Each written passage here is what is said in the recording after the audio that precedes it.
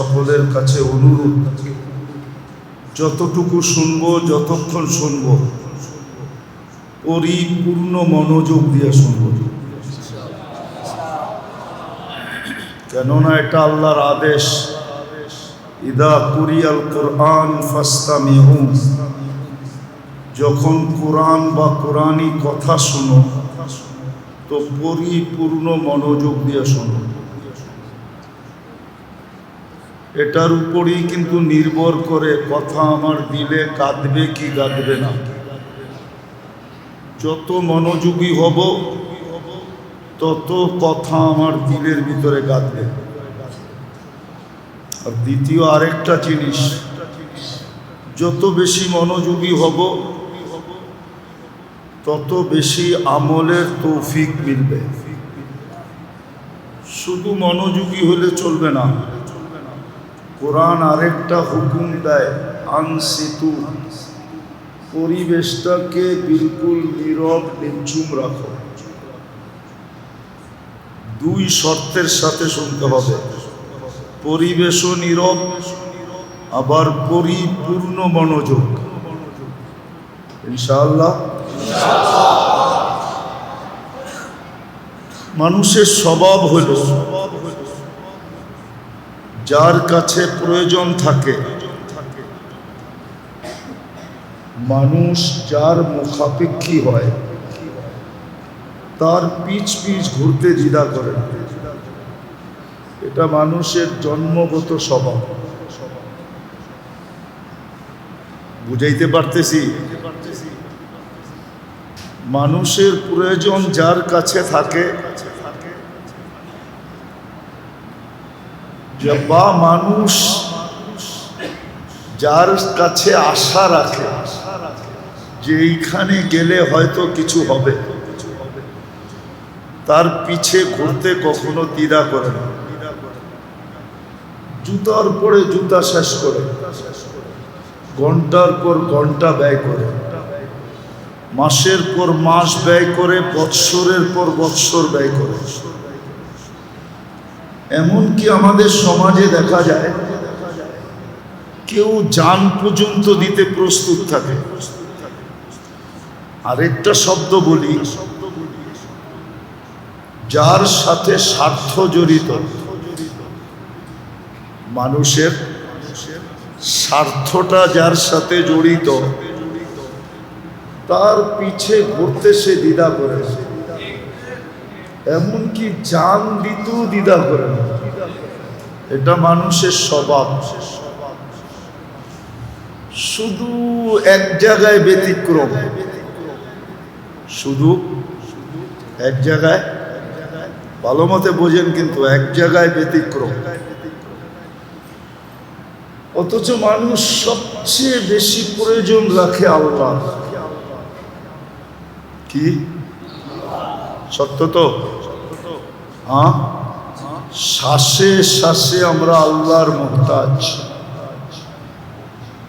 যদি শ্বাস না নিতে দেন তো কামরার ভিতরে সবাই নিতে পারতেছে স্বাভাবিকভাবে, কিন্তু একজনকে নিতে দেন নাই স্বাভাবিকভাবে।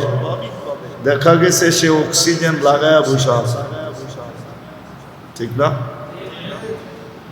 হাসপাতালে যায় দেখেন একই কামরায় 10 জন বসা আছে, 9 জনই স্বাভাবিক শ্বাস নিতেছে, কিন্তু একজনের অক্সিজেন চলতেছে।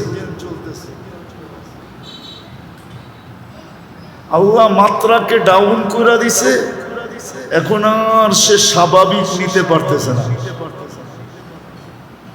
কোরআন এটাই বুঝাইছে, আনতুমুল ফুকারা, মানুষ তোমাদের স্বার্থ আমার সাথে সবচেয়ে বেশি সংযুক্ত, তোমরা আমার মুহতাজ। শ্বাসে শ্বাসে, কদমে কদমে, মুহূর্তে মুহূর্তে। কেননা এটাই তো সত্য,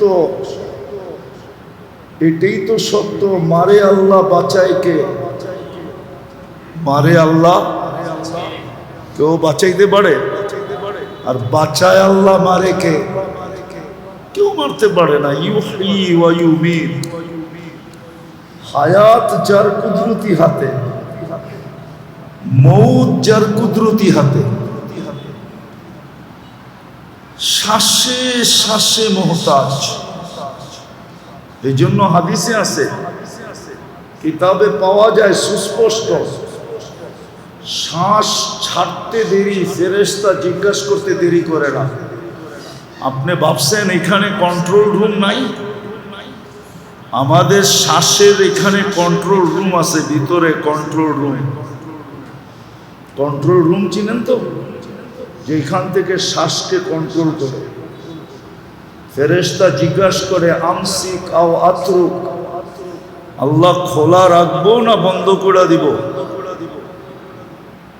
প্রত্যেকবার আল্লাহ মেসেজ দেয় উতরুক ওয়ালি আবদি আজাল, খোলা রাখ, নির্দিষ্ট সময় দেওয়া আছে। যেদিন নির্দিষ্ট সময়, যেদিন নির্দিষ্ট রেখায় পা দিবে, নির্দিষ্ট সময় যে সময় আসবে, তোমাকে আমরা মেসেজ দিব, টানবে তো ছাড়তে দিবে না, ছাড়বে তো আর টানতে দিবে না। সত্য তো? তবে শ্বাসে শ্বাসে আমরা আল্লাহর মুহতাজ। যুবক বলেন আর বৃদ্ধ বলেন, নারী বলেন আর পুরুষ বলেন, হ্যাঁ, বাচ্চাদের থেকে কলম উঠানো, এখনো কলম তাদের বিরুদ্ধে চলে না। রুফিয়াল কালাম সাবি হাত্তা ইয়াবলু, বাচ্চা যতক্ষণ পর্যন্ত প্রাপ্ত বয়স্ক না হবে কলম তার বিরুদ্ধে যাবে না। বিদায় বাচ্চা ব্যতীত আর পাগল ব্যতীত, রুফিয়াল কালাম মজনুন হাত্তা ইয়াবরা, পাগল যতক্ষণ পর্যন্ত ভালো না হয় কলম তার বিরুদ্ধে যায় না। আরেকজনকেও যোগ করা যায় না, এম হাত্তা ইয়াস্তাইকিদ, ঘুমন্ত ব্যক্তি যতক্ষণ পর্যন্ত সজাগ না হয় কলম তার বিরুদ্ধে যায় না। এই তিন শ্রেণী ব্যতীত সবাই আমরা কদমে কদমে শ্বাসে শ্বাসে আল্লাহর মুখাপেক্ষী।